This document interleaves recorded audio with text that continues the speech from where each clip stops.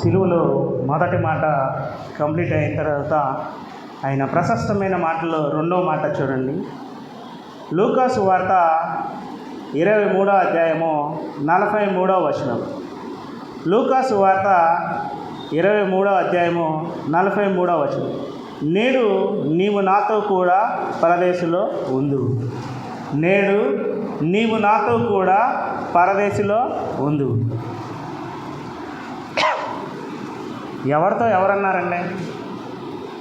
ప్రతి సంవత్సరం వింటున్నాం కదా. ఎవరితో ఎవరన్నారు?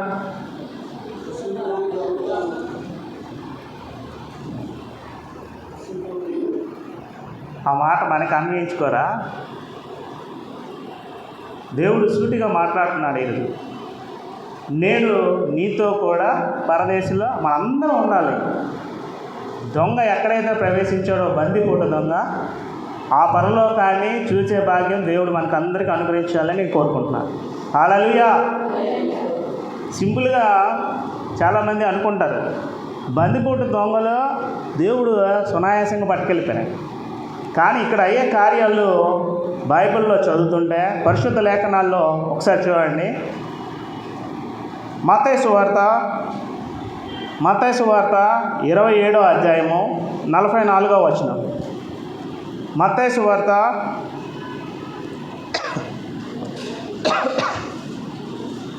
27 ఆయనతో కూడా సిలువ వేయబడిన బందిపోటు దొంగలను అలాగే ఆయనను నిందించారు.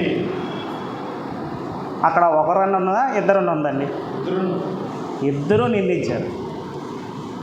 కానీ ఇక్కడ ఎడం వైపు ఉన్నోడు నిందించినట్లు లేదు, కుడివైపు ఉన్నోడు నిందించినట్లు లేదు. అవునా కాదండి? అక్కడ ఏం చేశారు? ప్రజలందరితో నిందించారు.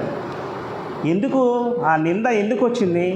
పరిశుద్ధ లేఖనాల్లో నెరవేర్పు, ప్రాఫెసీ కంప్లీట్ అవ్వటానికి. ప్రాఫెసీ ఎక్కడ అసలు వచ్చింది ఒకసారి చూడండి. యెషయా గ్రంథము 53వ అధ్యాయము. యెషయా గ్రంథము 53వ అధ్యాయము 3వ వచనం. అతడు తృణీకరింపబడిన వాడు నాయను, మనుషుల వలన విసర్జింపబడిన వాడు ఆయన. ఎవరి వలన అండి?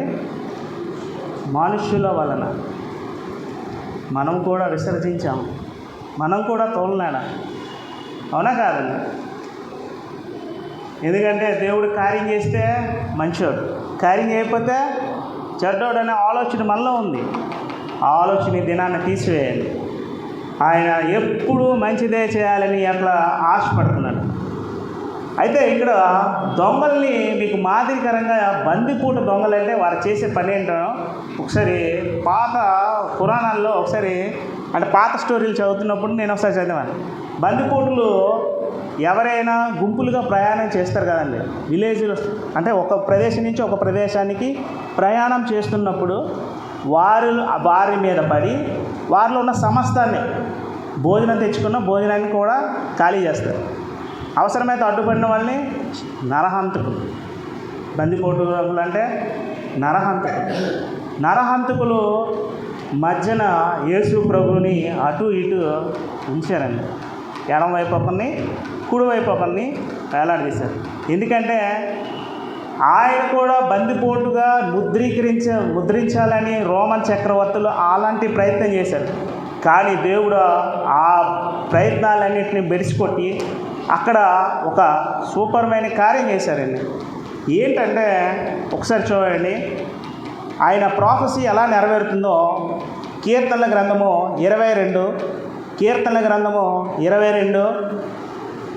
6-8 వచనాలు.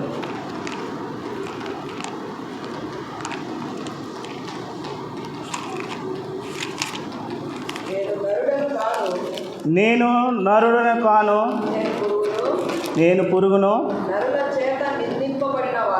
నరుల చేత నిందింపబడిన వాడును, ప్రజల చేత తృణీకరింపబడిన వాడును. అది చూడండి, ఈ ప్రాఫెసీ నెరవేరడానికి కీర్తనకారుడు ఇక్కడి నుంచి యేసు ప్రభు వరకు ఎన్ని సంవత్సరాలు గడిచిందో, కానీ దేవుడు అద్భుత రీతిగా తను ఇచ్చిన ప్రతి మాటను నెరవేరుస్తున్నాడు. అసలు ఇంత తృణీకరించబడడానికి మన పాపములు, మన దోషములే కారణం. చాలామంది అనుకుంటారు యేసు ప్రభుని తృణీకరించామని.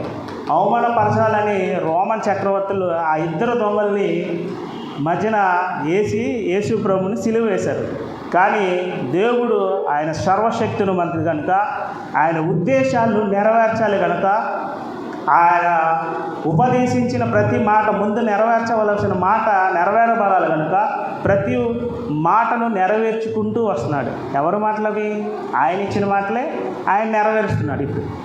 కానీ దొంగల్లో మారు మనసు ఎప్పుడు వచ్చింది అసలు? అంతే కదండి, దొంగల్లో మారు మనసు ఎప్పుడు వచ్చింది? ఈ బందిపోటు దొంగలు ఉన్నారు కదా, ఇద్దరు నిందించారు. మీరు చదివి ఉన్నారు కదండి.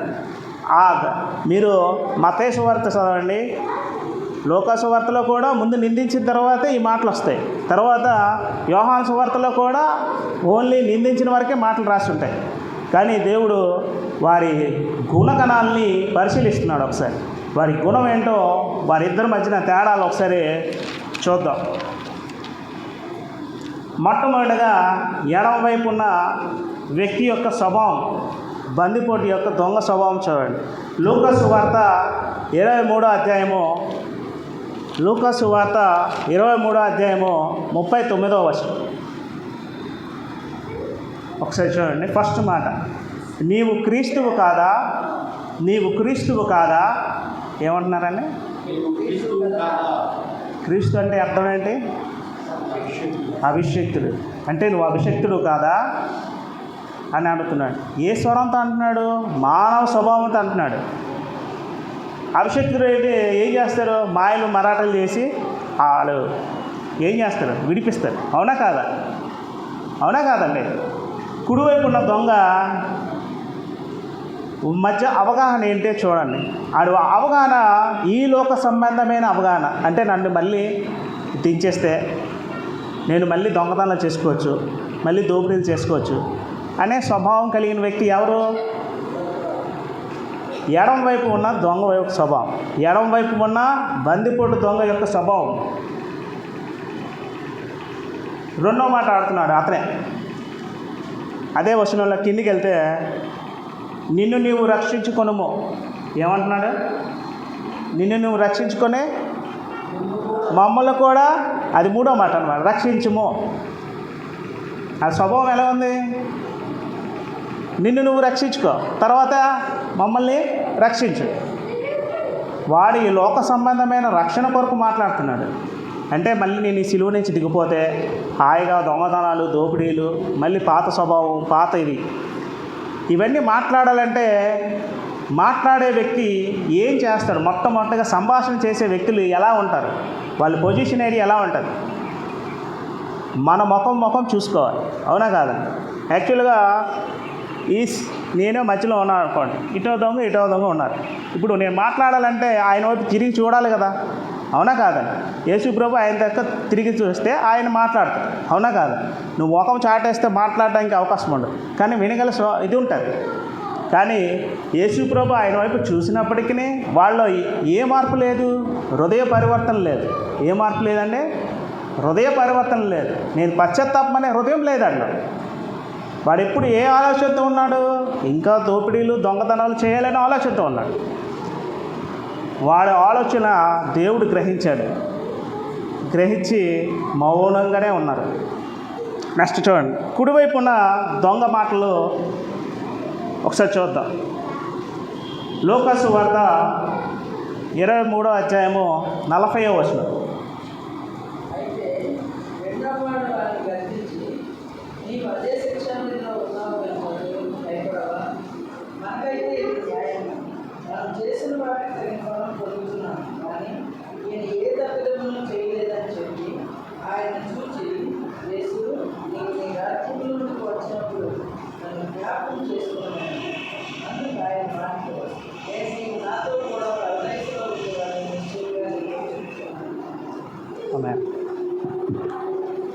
ఒకసారి చూడండి, వాణిని చూసిన వెంటనే గద్దించాడు.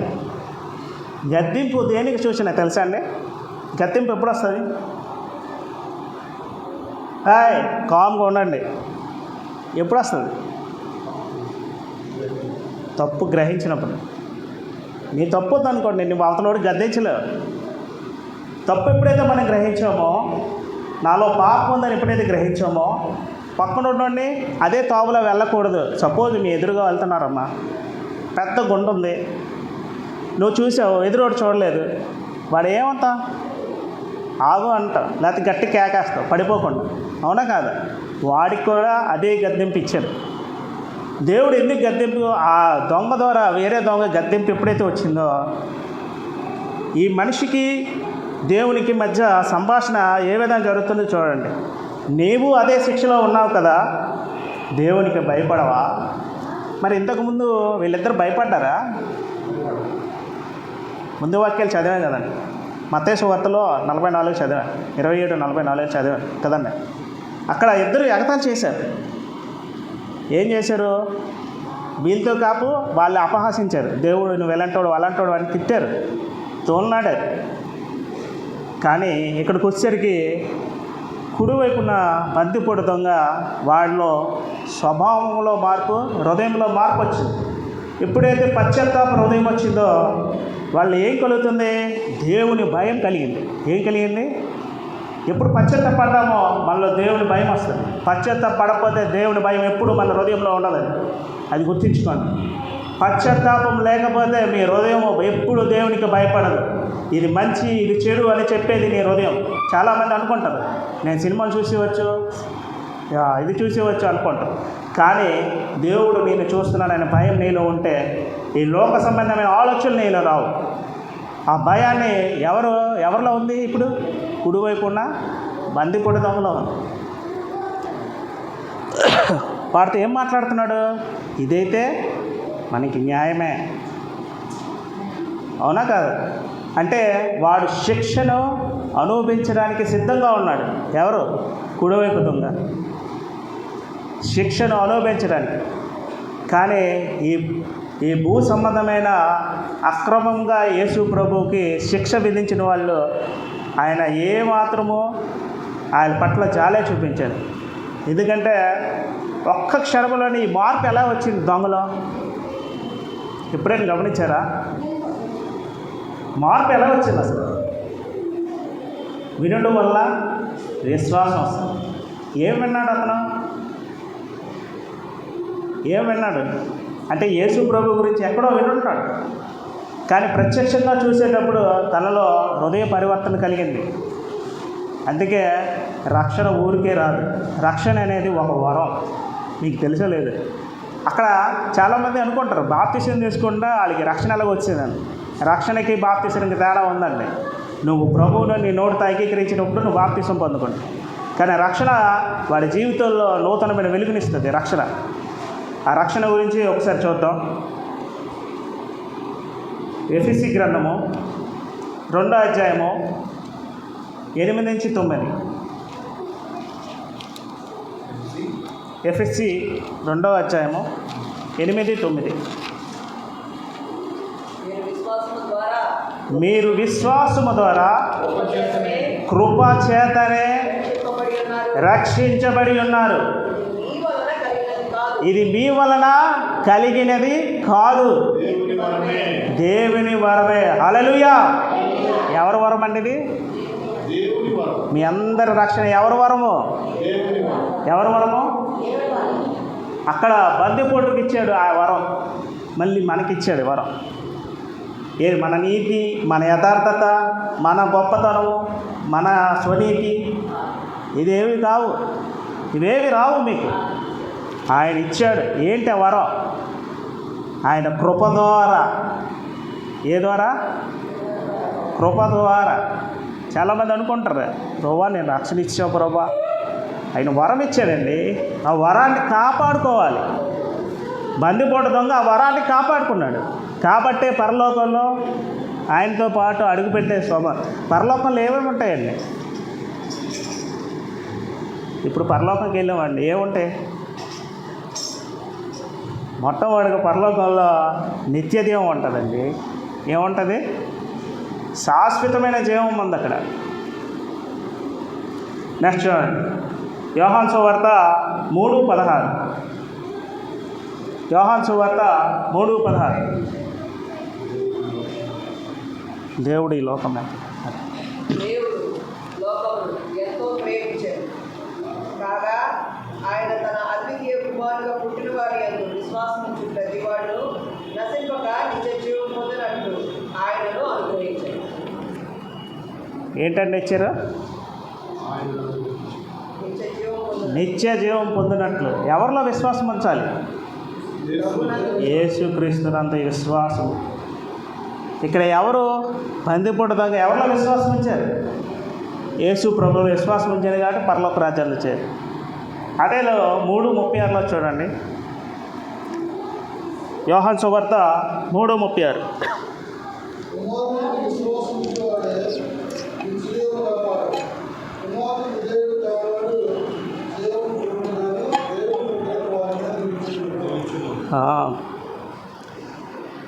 నిత్య జీవం పొందకపోతే ఉగ్రత వస్తుంది.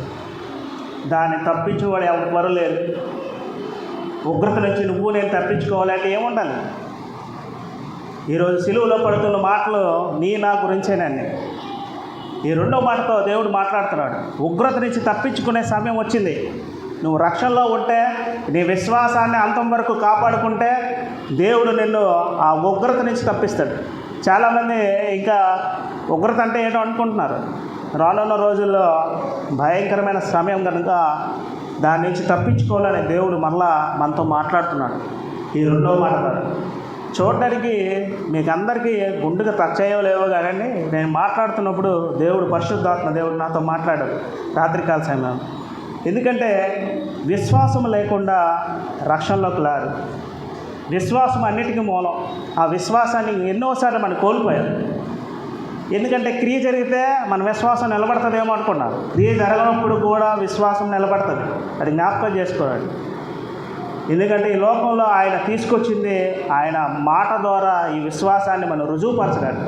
కానీ ఆ విశ్వాసాన్ని అనేకసార్లు మనం కోల్పోయాం. కానీ ఆయన నీతిమంతుడు కనుక మన యందు దయ కలిగి కృపచేత మమ్మల్ని నడిపిస్తున్నాడు. ఇంకో విషయం చూడండి, యోహాను సువార్త 6:40.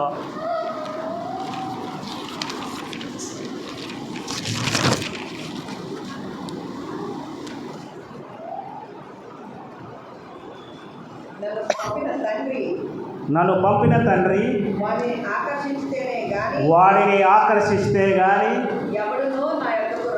ఎవరునూ నా యొద్దకు రాలేదు. ఎవరు ఆకర్షించాలండి? ఎవరు ఆకర్షించాలి అంటే మన కుటుంబాల్లో ఎవరి చేత ఆకర్షించబడాలి? మీ చేత, మీ ప్రార్థన చేత, లేకపోతే ఎవరి చేత ఆకర్షించబడాలి? యేసు ప్రభువు చేత ఆకర్షించబడాలి అని ప్రార్థన చేయండి. ఈరోజు నుంచి మన కుటుంబాల్లో ఇంకా ఆకర్షించబడట్లేదంటే దానికి కారణం మన ప్రార్థన లోపం. దొంగ యథార్థంగా తన హృదయంలో ఒప్పుకున్నాడు, నేను దొంగనే, నాకు ఇది కరెక్ట్, ఈ శిక్షకి నేను కరెక్ట్. అవునా కాదండి? ఆయన యథార్థంగా ఒప్పుకున్నాడు కనుక యేసు ప్రభు వెంటనే క్షమించారు. ఎప్పుడైతే క్షమించాడో వాళ్ళు ఆ విశ్వాసాన్ని ఆయన చూశాడు కనుక రక్షణ దయచేసి ఆయన రెండో మాటగా నాతో పాటు కూడా నువ్వు పరదేశం ఎందుకు అందా. అవునా కాదు? అట్టి ధన్యత నువ్వు నేను పొందుకోవాలని ఈ దినాన్న దేవుడు మనతో మాట్లాడాడు. ఈ చిన్న దేవుని వాక్యం మన హృదయంలో భద్రపరచలాగన దేవుడు సహాయం చేయాలి. ఆమేన్. హల్లెలూయా.